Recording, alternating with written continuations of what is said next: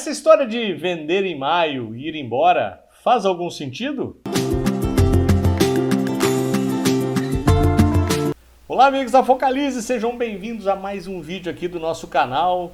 E tradicionalmente, no mês de maio, tem uma crença de que é um mês de performance negativa nos principais índices mundiais. Tanto é que temos uma famosa frase, que foi título até do nosso vídeo de hoje, que é Sell in May and go away. Então, venda em maio e vai embora. E de onde veio isso? Basicamente, no segmento do hemisfério norte, é uma época que iniciam-se as férias de verão. Então, normalmente, os grandes investidores, é o momento que eles recolhem as suas famílias e as suas atividades e vão para as suas casas de praia, suas fazendas, enfim. Então, os grandes operadores, eles saem de cena. E aí se teve essa crença no mercado de que só voltavam a operar na volta das férias, ou seja, daqui a 3 meses. E então era mais ou menos assim, venda em maio e só volte a aparecer por aqui lá por setembro, outubro. O fato é que isso pegou uma fama, tem uma gozação aí nos mercados, é melhor em maio sair fora, porque é um mês praticamente certo de se perder dinheiro ou então operar vendido, Mas isso faz sentido ou não? Isso realmente acontece ou não? Vamos dar uma olhada, principalmente aqui no mercado brasileiro, se faz algum sentido prático o fato de nós termos a ideia de maio vender e voltar só mais tarde. Então vamos dar uma olhadinha no que aconteceu para trás. Ano passado, vamos olhar o mês de maio de 2019, nós vamos verificar que foi um mês praticamente neutro. Não aconteceu nada demais aqui, praticamente no 0 a 0 foi um mês neutro. Já em compensação, em 2018, veremos que tivemos não só um mês, mas 2 meses de queda forte. Em 2018, nós tivemos um evento bastante importante, que foi a crise dos caminhoneiros. Como é que foi em maio de 2017? Também um mês de muita queda. Aqui também um evento importante foi o Wesley Day, aquela famosa gravação que tentava incriminar o Temer. Vamos seguir adiante aqui, 2016. Mais um mês, muita queda. 2015, vamos ver aqui, mais um mês de queda. Vamos ver 2014, um mês de queda, mas não uma queda tão significativa assim. Se recuarmos um pouquinho mais aqui, vamos passar pela década toda para ver se a gente consegue alguma coisa. 2013, que na verdade foi praticamente um semestre inteiro de perdas. 2012, mês também de queda forte. 2011, veremos que em maio, mês de perdas. E 2010, mês de perdas. Então, podemos verificar que, se olharmos 10 anos para trás na Bolsa Brasileira, tivemos ano passado um comportamento neutro, e o restante dos anos praticamente ou quedas fortes ou uma queda, como foi ali em 2014, uma queda moderada. Mas foram meses de muita queda. Então, nos últimos 10 anos, maio, efetivamente, na maior parte do tempo, ele nos ofereceu queda. Vamos só, um comparativo com a Bolsa Americana. Deixa eu baixar aqui para vocês. Dá uma olhada só nesse estudo. Maio está aqui, ó. Isso aqui é os últimos 10 anos, tá? Então, inicia aqui em 2010, 2011, 2012, 13, 14, 15, 16, 17, 18. E ano passado, uma pequena alta. E esse mês, a gente já abre caindo um pouquinho lá na Bolsa Americana. Então, crendices à parte, lógicas malucas à parte, teorias conspiratórias à parte, o fato é que, se nós olharmos o que aconteceu com a Bolsa Brasileira e a Bolsa Americana, as duas praticamente alinhadas, tirando o ano passado, lá com a pequena alta aqui também, o restante do tempo sempre foram meses. O mês de maio ofereceu efetivamente um mês de queda. Mas, quando olhamos efetivamente, deixa eu botar o gráfico de volta aqui, eu quero chamar a atenção para as motivações. Então, o que nós temos de mais recente, que foi 2018, que foi a greve dos caminhoneiros, que foi um motivo bastante sério para que nós tivéssemos uma queda dessa magnitude.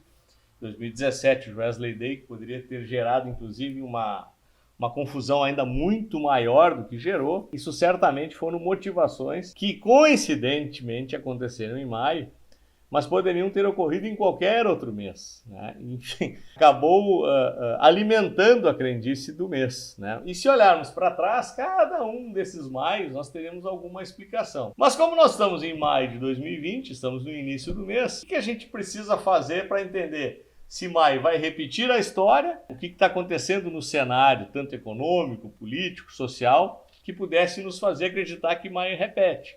Bom, estamos ainda diante de uma das maiores pandemias que o Brasil já passou, ainda sem um prazo muito claro de quando conseguiríamos sair dessa. O pico ele vem para final de abril, ele vem para maio, agora já jogaram para o número de mortes diárias, ele continua crescendo. O assunto ainda é esse, nós ainda estamos com várias regiões, com boa parte das atividades ainda fechadas. Alguns prefeitos, alguns governadores começam gradativamente a liberar as atividades com uma série de cuidados.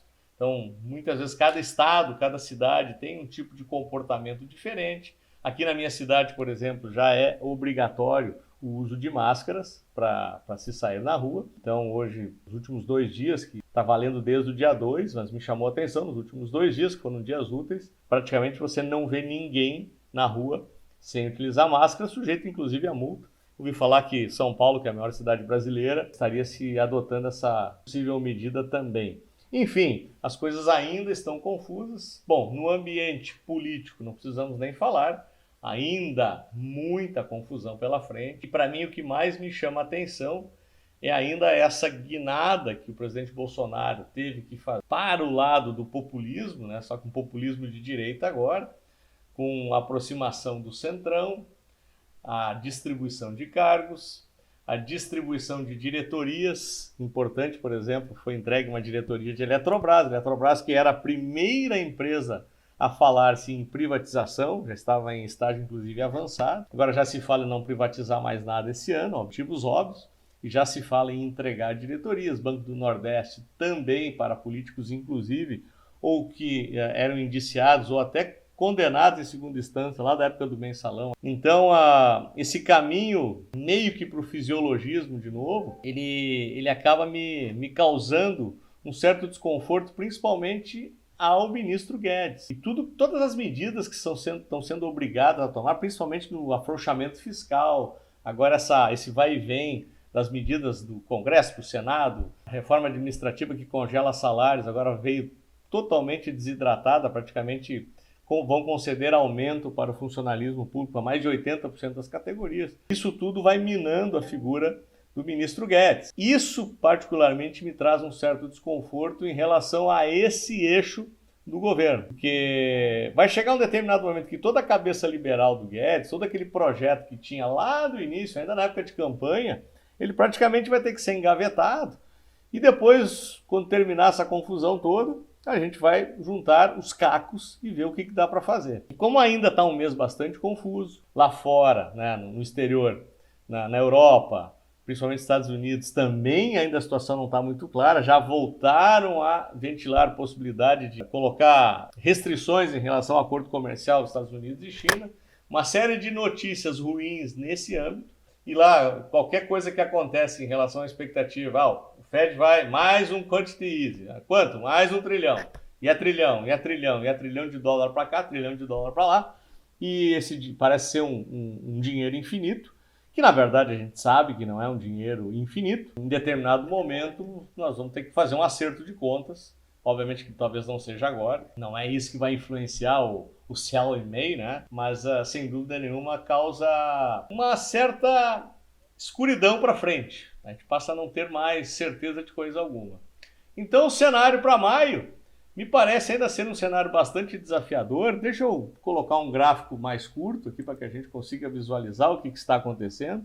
Nesse instante aqui nós estamos falando na fim do pregão de quarta-feira. Então, o pregão terminou praticamente aqui neutro, na faixa de 79 mil pontos. Reparem que a média de 21 períodos, ela já vem há mais de 2 semanas sem movimentação. Ela tem esse eixo aqui nos 79 mil pontos. A média de 9, que seria uma média um pouco mais nervosa, um pouco mais sensível, também lateralizou praticamente nos últimos 15 dias. Vou dar mais uma aproximação gráfica aqui para que vocês consigam visualizar um pouco melhor. Ó, reparem, elas estão bastante juntas há praticamente 2 semanas. Aqui deu uma mergulhada rápida, aqui deu uma agulhada rápida para cima, mas os últimos 3 pregões, praticamente com a bolsa de lado e sem maiores movimentações intensas, a volatilidade caiu um pouquinho e, de um certo modo, aconteceu isso também nos principais mercados do mundo inteiro. Então, a gente ainda está carecendo de algumas definições e eu, particularmente, não vejo muito guidance para a gente ter uma bolsa ainda rompendo esta faixa dos 83, 84 mil pontos, que foi o movimento que foi atingido aqui nessa última subida, aí batemos praticamente 84 mil pontos. Mas também não vejo ainda aquele mergulho intenso, como eu já vi alguns analistas antevendo, que poderia inclusive perder aí a faixa dos 60 mil pontos, lá que foi próximo do fundo anterior. Mas tendo em vista um dólar que ainda tende a aproximar-se dos R$6, principalmente com a decisão do cupom de hoje de cortar mais 0,75, essa decisão já saiu, nós podemos ter um dólar ainda mais fortalecido em relação ao real, próximo de 6, e se a bolsa se aproximasse dos 60 mil pontos, nós teríamos aquele número mágico dos 10 mil pontos em dólar, que aí sim é um patamar bastante, mas muito apetitoso para se montar posições bastante robustas no mercado de renda variável. Nesse momento, esse cenário de indefinição não está muito claro se estamos já perto do novo topo, né? Porque, obviamente, o topo anterior, lá nos 120 mil pontos, mas a realidade nesse momento é outra. Os múltiplos têm que ser todos recalculados e talvez o novo 120 seja 90.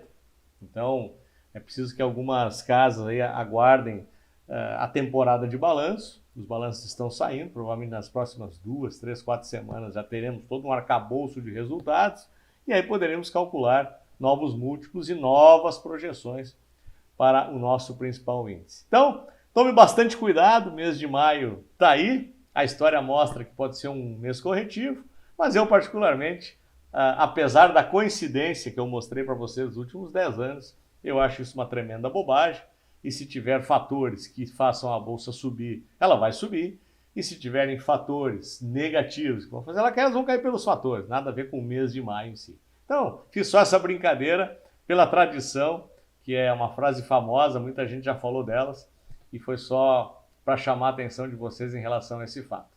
Valeu, pessoal, espero que tenham gostado do vídeo, curtam o nosso canal, compartilhem e aproveitem, ainda está disponibilizando aquele curso gratuito de introdução à Bolsa de Valores, o link está aqui embaixo, é só vocês clicarem, responderem o questionário, que ainda está valendo. Ok, pessoal? Um grande abraço e até nosso próximo vídeo.